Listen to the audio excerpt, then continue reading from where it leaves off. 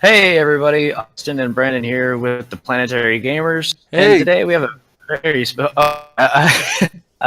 and we have a very special guest with us today. Brandon's friend Cisco. Say hi, Cisco. Hello. So today we're going to be playing a game called HMS Marulken. It's basically a one-to-one, almost. Well, pretty sure it's one-to-one, right? yeah, it's pretty close to 1-to-1. Yeah. So it's a submarine simulator. And yeah, we're going to be a couple of submariners today. But before we do that and destroying some enemy ships, I just want to be sure to let you know that you can like, comment, and subscribe to these videos if you like them. Subscribing to the channel, that'll really help us grow and help us to post more videos of what you don't want to see. So with that being said, let's go to war, boys. All right, let's do it.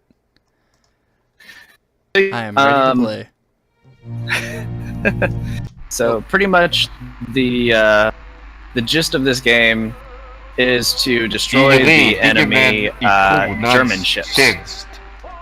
So yeah, this whole intro screen.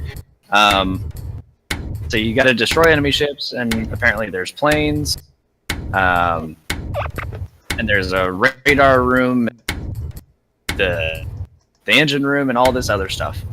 So unfortunately you can't see each other in the game, but you can see what each other is doing in the game. So yeah, Brandon, I'll let you take over then. Yeah, I think that's pretty good analysis. Sorry for everybody who was watching that if the video kind of cut out a little bit, or I should say the audio kind of cut out a little bit because of the intro screen there. But yeah, so like Austin said, pretty much we're in a submarine, and it's just kind of, it's going to be my point of view. Now, like he said, we can't see his avatars in this game, but the developers do have another game coming out actually this month called Wolfpack, so definitely check that out. We'll leave a link to it in the description to definitely help out those guys. They definitely deserve it. They do a lot of hard work making games like this, and the next one's supposed to be significantly harder and a higher learning curve and a lot better, actually. And they have avatars in that one as well, so you'll be able to actually see your teammates. But unfortunately, it's gonna seem like we're alone in our submarine in the video, but Austin and Cisco are both here. They're just kind of ghosts walking around, so we'll have to communicate that to know where everybody is. So that being said, I think what we'll do is we have to take up, so first off we have to take up positions, different positions around the ship. So to give you a tour of the ship, this is the kind of captain's, not captain's quarters, but more like captain's area. He controls the periscope and also controls the targeting computer. But you also have like different portholes that go up onto the deck if we were surfaced, and this ladder here that goes up to the conning tower to allow people to basically allow us to look out from the conning tower. So there's a couple different things. We've definitely played this before, so we're not novices to this. In fact, we've played quite a number of hours in it off camera. So that'll help us significantly because there is a significant learning curve in this game as well. So for instance, we're going to have to adjust this dial and change it to 45. Is that correct? Yeah, 45. Yep. Yeah, and then also if we look through the periscope, you'll notice that we are submerged underwater except for the periscope, and actually the periscope's a little submerged as well. So that's that. The next thing we're going to do is go around here and look at the sonar room, because that's going to be another position which I think Austin should take over. So we'll have you like do the radios, do the decoder, also use the hydrophone. So when you click on the hydrophone, you can listen, and I'll be quiet so you can actually hear it. We have to turn the gain up a little bit though.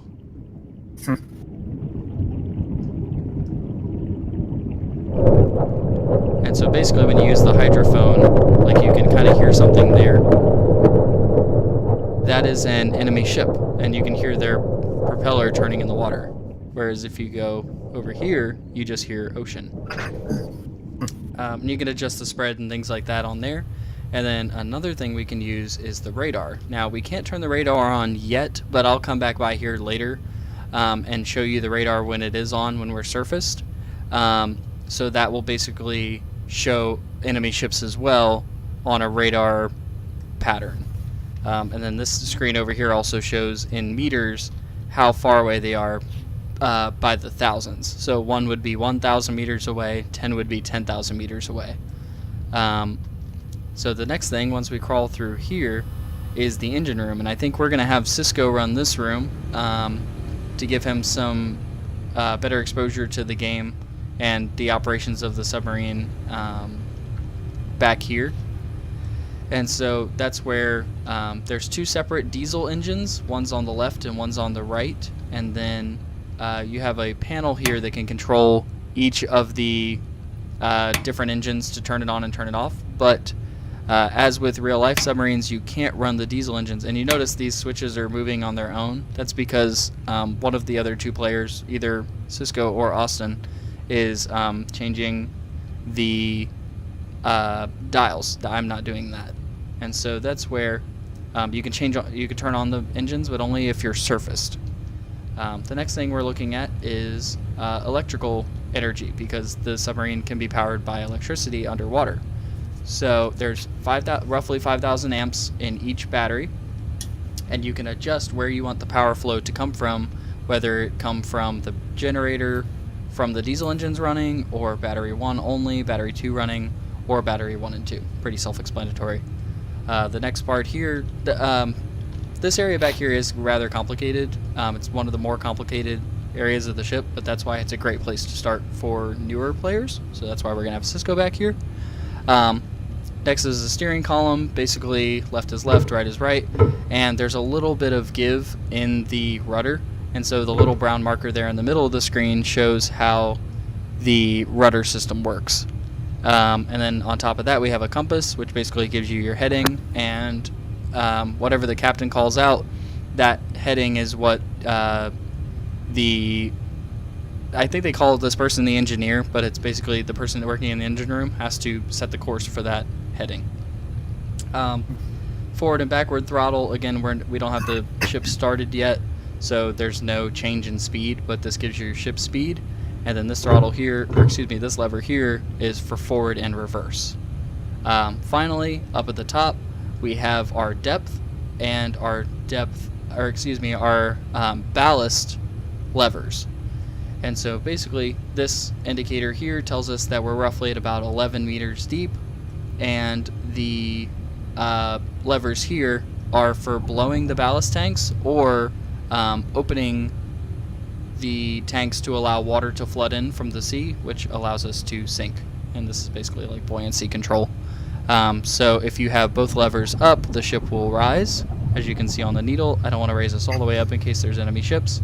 And then if you lower both levers, you'll see that the ship dives. And so by leaving one up and one down, that kind of gives you neutral buoyancy and allows you to maintain your current depth.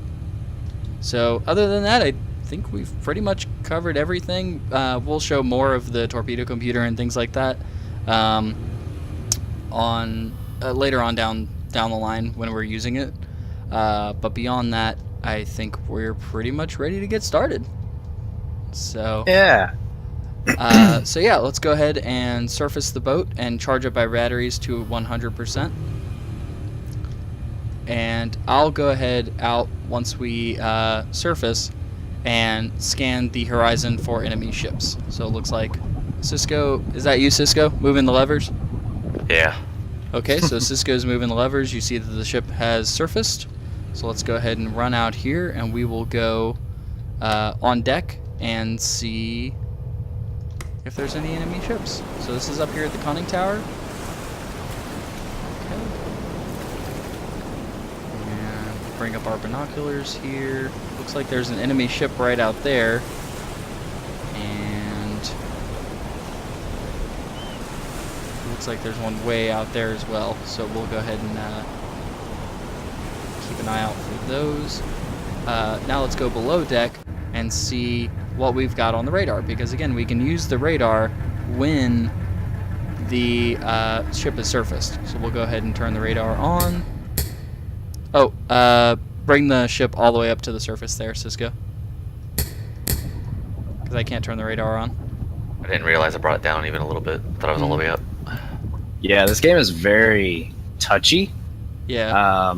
So if you even have the one of the levers down just a little bit, it'll either make you float or it'll make you sink. So Okay. both of them could be the real, like literally the real death of you.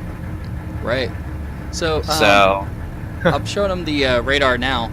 The radar is running, and we can see that there's blips coming up on the map. The blips show not only enemy ships, but it also shows land as well. The little quick blips are ships, whereas the longer blips are land, like that there. So we can have it on automatic, where it constantly spins, or we can set it to manual and adjust it by this dial. So it looks like we have an enemy ship back there, and so if we hold it right on that dot, we can see that that ship is about 7,000 meters away. Now if we go over to this dot, it looks like they're also at about 7,000 meters. And that seems to kind of be a recurring theme there. So, yeah, I think that's pretty much it.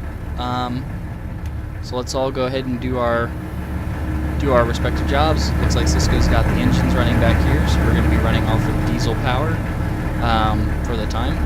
Now, there is a lot of reality to this, but one thing that is unfortunately not so realistic, that will be realistic, I assume, in the new game, which is Wolfpack, again, check the description,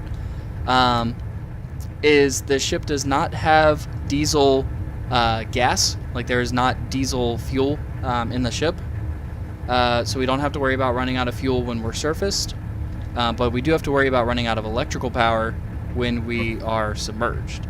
Now, we also do have to, we also don't have a limited supply of torpedoes, and I see that as kind of a major drawback to the game. So you pretty much can fire as many torpedoes as you want, but that's really the only two things that aren't realistic about the game. Everything else is pretty much one-to-one as far as we know. So yeah, I would say Sonarman Austin, what do you think our course should be? Let's go ahead and go 170. All right. Engine room, Cisco? Yeah. Let's set a course for 170 and full speed ahead. And now also you'll see that here in the captain's room we have a compass, and it is currently moving to the position as Cisco adjusts the heading in the engine room. And so this tells us what our heading is for the captain, as well as a compass below the periscope. So on the periscope we can see that the course is changing, but we also can move the periscope. Like if we line it up right with the bow of the boat, it'll adjust the course at the same rate as the compass on the ship. So it gives us kind of a not only our heading, but also a bearing to use for firing the torpedoes. That being said, looks like we've got a course set, and we're currently heading in that direction. So we'll go ahead and leave this episode here. Again, if you guys like the episode, be sure to like, comment, subscribe, and let us know what you think, and also feel free to share it with your friends. Again, final plug for the developers. Check out their new game. It should be released sometime this month. By the time you're watching this video, the game may already be released, so definitely check the link to that in the description. But until next time, from all of us here at the Planetary Gamers, we'll see you later. All right. Bye.